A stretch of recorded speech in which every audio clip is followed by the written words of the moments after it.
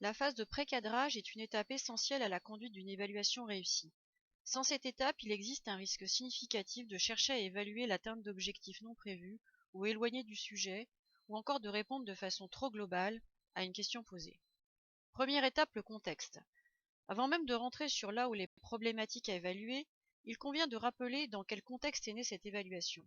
L'évaluation est-elle prévue juridiquement? Est-ce que ces modalités sont d'ores et déjà prévues? L'évaluation est-elle effectuée sur demande spécifique d'une instance politique et dans quel but? Deuxième étape, l'identification des destinataires. Pour déterminer les finalités, la forme, les délais ou encore les moyens attribués à l'évaluation, il est nécessaire de savoir à qui elle sera adressée.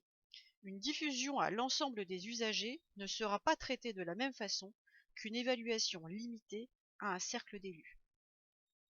Troisième étape, la temporalité.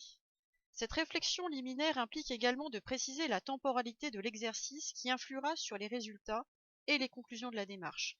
En effet, les commanditaires et bénéficiaires n'auront pas forcément les mêmes attentes en fonction de la période dans laquelle l'évaluation s'inscrit. Une démarche ex ante va intervenir en amont de la mise en œuvre du projet.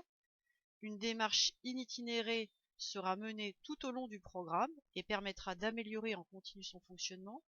Une démarche ex post arrivera en fin de programme et permettra de savoir si les actions ont été réalisées comme prévu.